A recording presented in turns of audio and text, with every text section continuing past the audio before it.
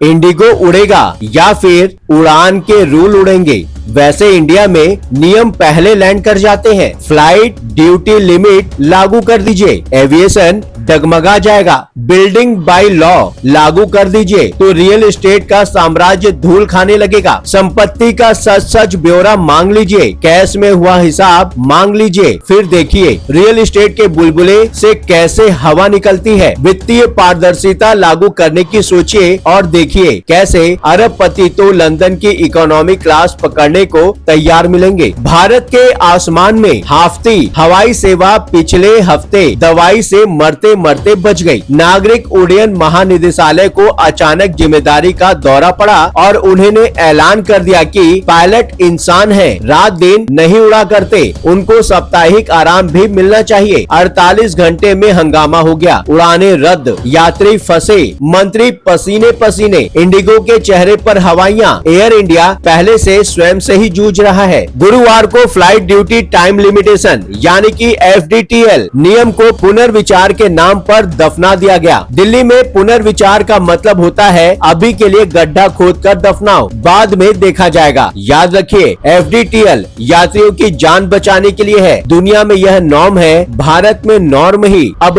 Normal है। ये bug नहीं है जनाब, ये तो महान भारतीय ऑपरेटिंग सिस्टम का परमानेंट फीचर है। जड़ें भ्रष्टाचार और जुगाड़ में गहरी धसी हुई है। भ्रष्टाचार की नींव पर ही ये इमारत खड़ी है। हमारा पूरा गणतंत्र इसी पवित्र सिद्धांत पर टिका है कि नियम तोड़ने के लिए बने हैं, पालन करने के लिए नहीं। वे सेमिनार में दिखाने, संसद में चिल्लाने और फिर लांघ कर आने जाने के लिए होते हैं। एक भी नियम सख्ती से लागू कर दो, ये निजाम और सारा तामझाम भरभरा कर जमीन पर आ जाएगा। पायलट की ड्यूटी सीमा लागू करो तो हवाई यात्रा ठप, बिल्डिंग बायलॉज लागू करो तो रियल एस्टेट का साम्राज्य रातों रात धूल, मकान मालिकों की फहरिस्त जांच में आ जाए और काले नगद लेन देन का हिसाब मांगो तो बूमिंग रियलिटी सेक्टर जमीन पर लौट लेगी। फाइनेंशियल ट्रांसपेरेंसी लाओ तो आधे अरबपति लंदन भागेंगे। अगर कैरिबियन देशों ने मना कर दिया तो ये बीमारी सिर्फ पुलिस और RTO तक सीमित नहीं है जिन्हें हम रोज कोसते हैं, ये तो हर क्षेत्र की गोंद है। भ्रष्टाचार ही सबको जोड़े रखता है, फेविकोल तो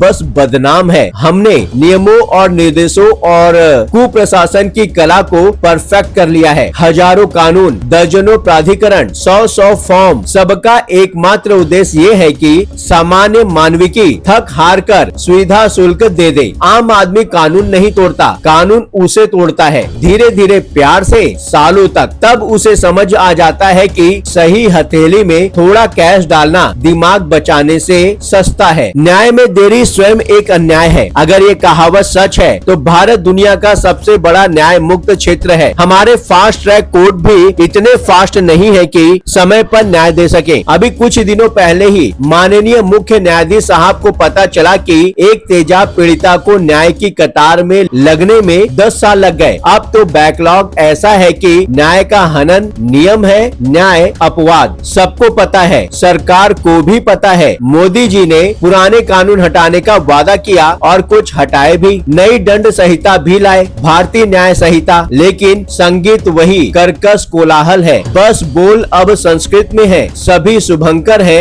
अब भी वही हाथी है। भव्य बुद्धिमान 500 का नोट देखकर ही हिलता है। टिकट बोर्ड से बिजली बोर्ड तक नियम पुस्तिका वजनदार है और नियम तोड़ना उससे भी ज्यादा। यहाँ घूस समस्या नहीं, समाधान है। न्यूनतम सरकार, अधिकतम शासन एक नारा है पर ढीला है। भ्रष्टाचार के प्रति जीरो टॉलरेंस की नीति भी एक खूबसूरत नारा है। याद करने से पहले ही नीति खुद टॉलरेंस डेवलप कर लेती है, सटीक कैलिब्रेशन के साथ, ताकि पूरा सिस्टम स्मूथ चलता रहे। 1947 से नस में रिश्वत का ड्रिप लगा है, अचानक हटा देंगे तो मर जाएंगे। भ्रष्टाचार निरोधक शाखा में भी वही प्रजाति भरी पड़ी है जो भ्रष्टाचार शाखा में है। कौन किसे पकड़ेगा? भारतीय चरित्र को दोष देना भी गलत है। व्यक्तिगत तौर पर हम स्वच्छ हैं, घर चकाचक, रोज नहाते हैं, पड़ोसी को पान थूकने पर डांटते हैं, लेकिन जैसे ही सार्वजनिक चौबारे किनारे में कदम रखा वही शख्स गुटखे का खाली पैकेट सड़क पर फेंकेगा, सिपाही को घूस देगा, ग्राहक को लूटेगा, क्योंकि लेना देना तो चलता है। सिस्टम वैसा ही है, थोड़ा एडजस्ट कीजिए। कहते कहते